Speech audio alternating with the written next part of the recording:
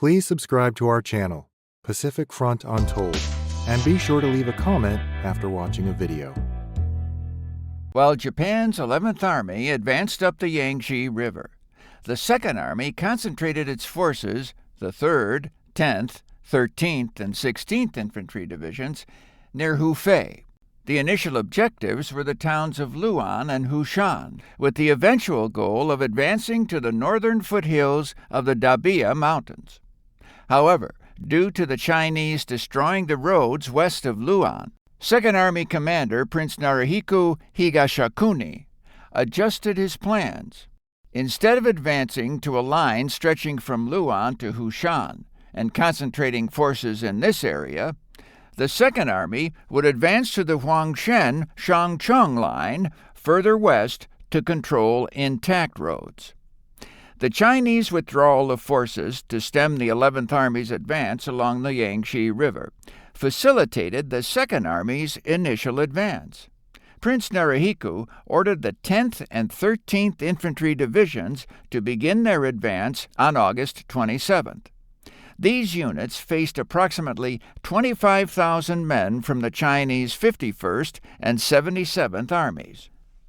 The 10th and 13th Divisions saw significant initial success, with the 10th taking Luan on August 28th and the 13th taking Hushan on August 29th.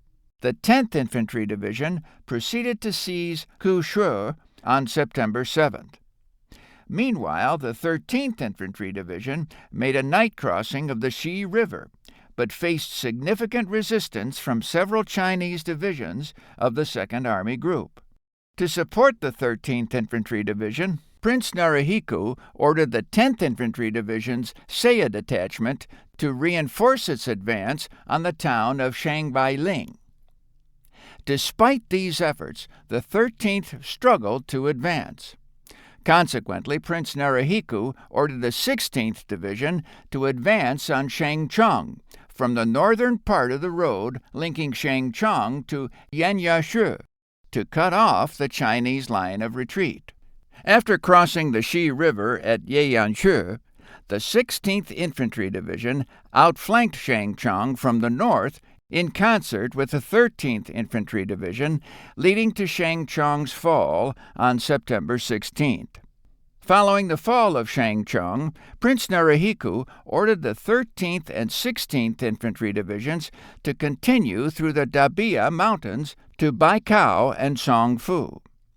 Concurrently, the 10th and 3rd Infantry Divisions advanced towards Lushan and Xingyang, the latter being a critical node of the Beijing-Wuhan Railway north of Wuhan. The 3rd and 10th Infantry Divisions made significant advances, with the 10th Infantry Division executing an outflanking maneuver south of Leshan. The 3rd Infantry Division reached the Beijing-Wuhan Railway north of Xingyang on October 24th. An independent unit called the Okada Detachment advanced between these forces, seizing Xingyang on October 12th. The seizure of Xingyang and cutting the Beijing-Wuhan Railway to the north and south of the city severed Wuhan's northern supply and reinforcement routes, dealing a decisive blow to Chinese defenses and contributing to Wuhan's fall in October 1938. The other decisive blow that rendered further defense of Wuhan superfluous was the landing of Japanese forces at Guangzhou. The Japanese 21st Army, comprising the 5th, 18th, and 104th Infantry Divisions, assaulted Chinese positions in Guangdong Province in October 1938. The assault began on October 12th, with the 18th and 104th Infantry Divisions landing at Aotou and Hucheng, respectively. Facing little resistance, as most of Yuan Mao's 12th Army Group divisions had been sent to Taihan for the Wuhan campaign, the 18th Division quickly established a 10-kilometer-deep beachhead by nightfall. The Japanese continued their inland advance, capturing Pingshen and Tamshui without opposition on October 13th. Between October 16th and 19th, Japanese forces further advanced inland.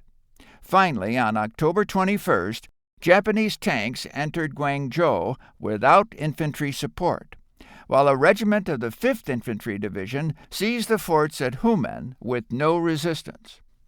The capture of Guangdong cut off the Guangzhou-Wuhan Railway and the Hong Kong-Guangzhou Railway, which were critical supply lines for China, reducing Wuhan's strategic value as a supply hub. Consequently, the Chinese abandoned Wuhan, and the Japanese entered the city on October 27, 1938. The Battle of Wuhan was a prolonged struggle that tested the endurance of both Chinese and Japanese forces. Despite their ultimate success in capturing Wuhan, the Japanese suffered from overextension on their flanks and a lack of strategic purpose, issues that plagued their campaign in China in the ensuing months and years. For the Chinese, the battle marked a transition into a protracted war with a stronger adversary capable of inflicting severe suffering on soldiers and civilians alike. The Battle of Wuhan thus marked the end of the first phase of the Second Sino-Japanese War, as Japan's period of rapid advances in 1937 and 1938 gave way to a prolonged stalemate starting in 1939. This stalemate taxed Japan's resources to the point where it launched the Strike South campaign against the U.S., UK, and the Dutch in 1941. Making World War II in Asia a true clash of global empires.